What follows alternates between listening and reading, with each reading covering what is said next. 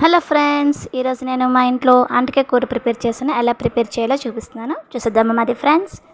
ముందుగా మనం కట్ చేసి ఉంచుకున్న అంటికాయ ముక్కలను ఒక బాండీలో వేసుకొని వాటర్ వేసుకొని దానికి సరిపడే సాల్ట్ వేసుకొని మూత పెట్టుకొని ఉడికించుకుంటాం. ఈలోగా ఒక బౌల్లో ఒక చిన్న గ్లాస్ వరిపిండి, కొంచెం సాల్ట్, కొంచెం కారం, కొంచెం పసుపు, కొంచెం ఇంగువ, ఇంకా 2 స్పూన్ల మిల్క్ వేసుకొని కలుపుకొని మరి కొంచెం వాటర్ వేసుకొని నేను చూపించిన విధంగా కలుపుకొని అది కూడా అండి నేను చూపిస్తున్నాను కదా, అలా కలుపుకొని మనం ముందుగా స్టవ్ పైన పెట్టిన అంటికాయ ముక్కలు ఉడికిపోతే స్టవ్ ఆఫ్ చేసి ఆ అంటికాయ ముక్కలను ఈ వడపిండి ముద్దలో వేసుకొని మొత్తం మిక్స్ అయినట్టు కలుపుకొని బాగా కలుపుకొని ఈలోగా ఒక ప్యాన్ పెట్టి కొంచెం ఆయిల్ వేసుకొని మనం కలిపి ఉంచుకున్న అంటికాయల ముద్దని అందులో వేసుకొని కలుపుకోవడమే.